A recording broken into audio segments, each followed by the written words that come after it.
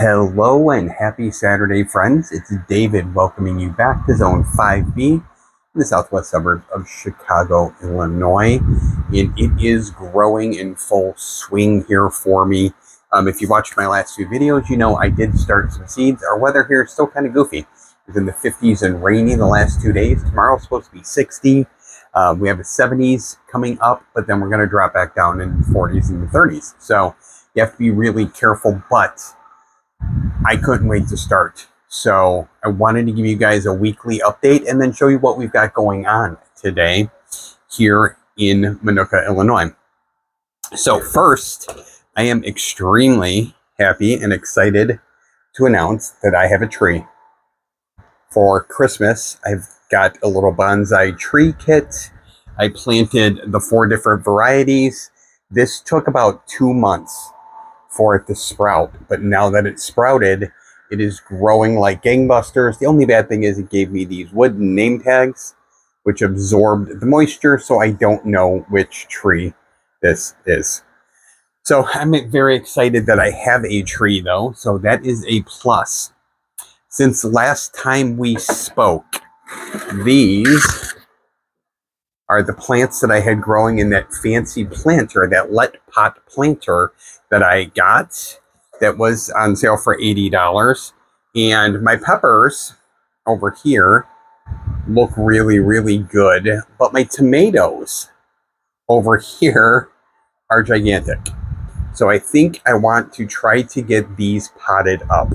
I did already pot up a couple of those last week, and I wanted to show you how they're coming along. And here is one of those. It is absolutely enormous. This is my Kellogg's breakfast tomato, and this little sprout just came up since I up potted this. It wasn't in the tray before because I did thin all my plants down to just 1 per cell. And then this is the Bountilicious that I also up potted just last week, a few days ago. So I've got those under a grow light. They are growing like gangbusters. And then I'm also super, super excited to say that some of my cool weather crops, like my broccoli that I just up potted and my Brussels sprouts, are both growing really, really well also. I also have a lettuce and a cabbage that I up potted at the same time that are doing really, really well. So those I hope to get outside here probably in the next week or so. And then, the fan just shut off. We also have my ground cherries that are doing really, really well. And last but not least, my rootstocks. So what I'm going to do with the rootstocks, the idea behind it is the rootstock grows very vigorously, has a great root structure, produces a lot of leaves. So I can take one of my other tomatoes that might not grow as vigorously, and I can cut the rootstock at an angle. I can cut one of my other tomatoes at the same angle and then use a grafting clip to clip it together, and they will grow into a new plant that will grow faster with a strong root base like this rootstock. So that is something that I am trying for the first time this year as far as grafting. Really excited about that. Other than that, let me turn this around really fast. Over here on my wall, I have started radishes here under a grow light. I do want to get these outside soon. I have more tomatoes that were started here that are all doing really well. This is that iceberg lettuce that I up potted. And then over here, we have our green onions. We still have more lettuces, and I'm very excited to say that all 6 of my celeries here in these 2 rows have now sprouted. So I'm excited to have celery growing. That is my cabbage over here that I up potted. And down here, you see that one of my sweet potatoes has produced a giant slip. Actually, a couple of those. So sweet potatoes, again, are not actually related to regular potatoes. And in order to grow them, you can put an organic sweet potato, because the others are treated with non-sprouting chemicals, and put it half buried in planting soil. Keep it moist and warm, and it will grow these slips. Then you break those slips off, and that's what you put in the ground to grow your sweet potatoes. And then my regular potatoes here, you can see the eyes are really starting to grow. And that, again, is called chitting. Chitting your potato. These are all really decent, small sized, but one like this, that's a little bit on the larger side, we could actually cut in half. If it had more eyes on this end, I would cut it in half, allow both halves to air dry for a day or so to heal, and then you could bury the two halves and you'd have two different potato vines there. So everything is growing well. And then here in the jars, I am trying the other method of producing those sweet potato slips, where you take, again, an organic sweet potato and you just suspend it in water, and it should also produce the slips that we can plant. So I am very excited. Love that going on. Also, one last to give you an update over here. My tomato plants are growing really well. You can see, hopefully, we have flowers here, and we have flowers along the back wall. And this is my patio, my yellow patio tomato. And I did get 2 tomatoes off of it already, and they were both delicious. I need to water that. And then down here, just since last time we spoke, you can see my cucumbers are starting to really take off as well. So again, even if you're in a zone like 5B, where you can't grow outside all year long, there are some options for you to grow inside. And I think it's well worth a try. All you need is the space, possibly some warmth, some potting soil, seeds, and then a grow light. And that brings me to another topic that I wanted to discuss with you guys today, because I did go to my local big box store earlier because I wanted to see what they had. Normally I go to Home Depot. This time I went to a different one. And when I walked in the door, I had to enter through the lighting section. And I got very excited because right inside the door, they had a display with lights, very, very cheap.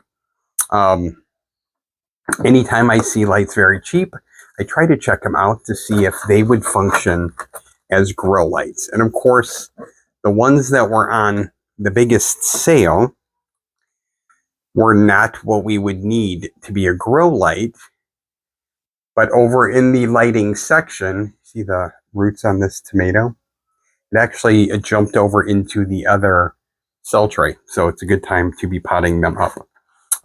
In the cup, I have pre-moistened potting mix, and I did add a little bone meal, and that is going to help the root development.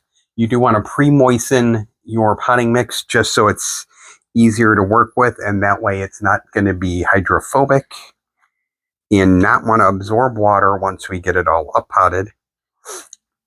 So at the big box store, I went over into the lighting section, and there, with a pretty big name in gardening, actually I got some of their potting soil. They had a number of lights that were listed as actual grow lights. They were all under $30. They ranged kind of from like 19 up to 25, 26, $27.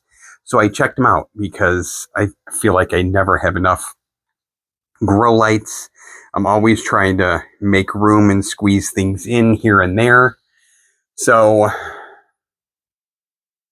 I checked out these lights, and I wanted to give a little heads up to all of you in case you go to your local big box store and you see these similar lights and think, wow, those would be great for my garden.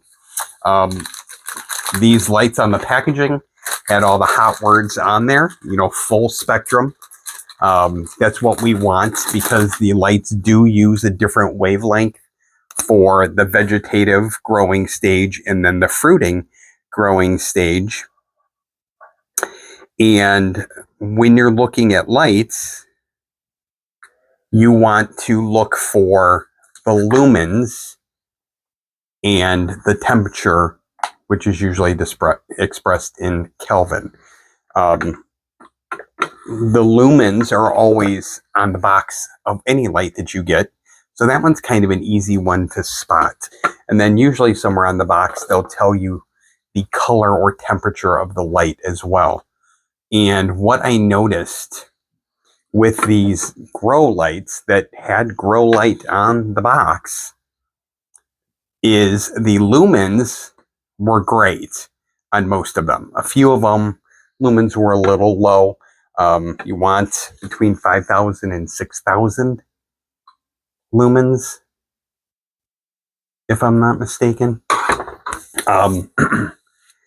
But for the temperature of the light, they didn't have a number. All it said is grow light. And that made me very hesitant to purchase any of those. And then they also had a little rating on there that listed the par.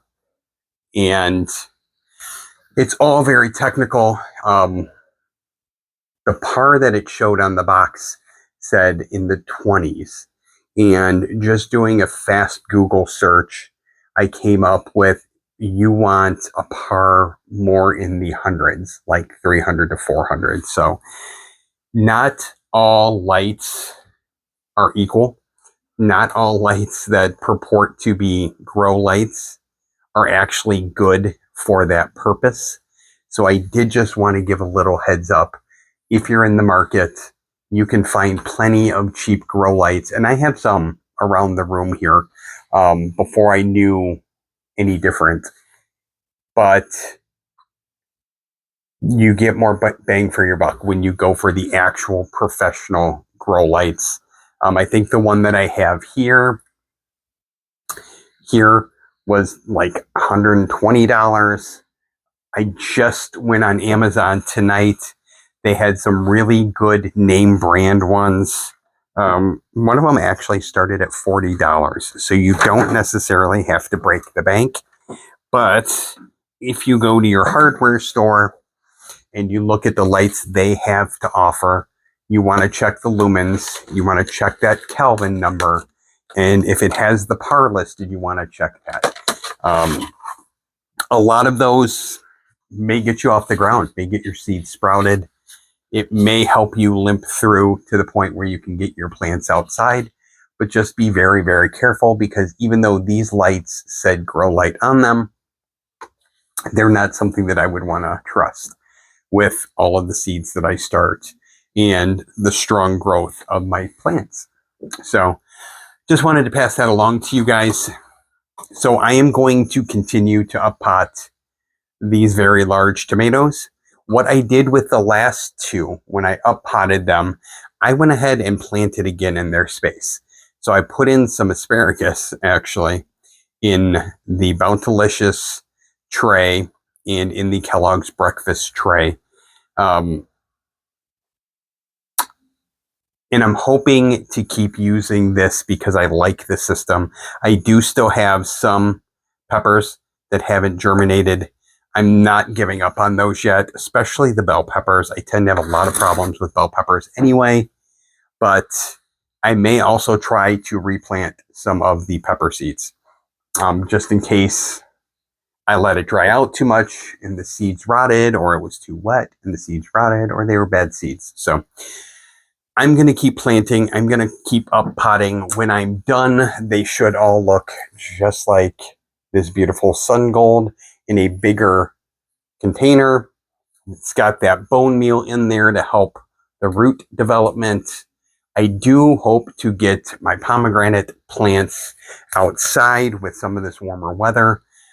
They take up a lot of space because of the watering hydroponic system I have with the watering dishes.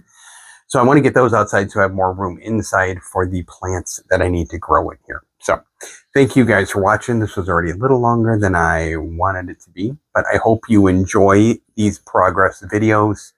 I hope you see that growing doesn't have to be super hard. Doesn't require a ton of stuff. Over the last 2 years, I've acquired a ton of stuff. I think I've added 1 or 2 of the cheaper grow lights every single year. I did get my good one last year. I just ordered another good one to try to expand my operations here. But you can start things inside. You can start radishes inside if it's still a little chilly, and then we'll get those outside because they're a little more cold hardy. Now is a great time to start chitting your potatoes because that takes a while, and trying to get those sweet potato slips because that can be a really slow process as well. So I am excited for spring to be here. I am excited to get things actually in the ground. I'm working on my garden plans that I'll share with you guys once we get those done. And I hope you guys will come back to grow with me. So thank you guys for watching. Remember, never stop growing. Remember to grow a little every day. And I hope to see you guys here real soon on Come Grow with David A. Have a good one, guys.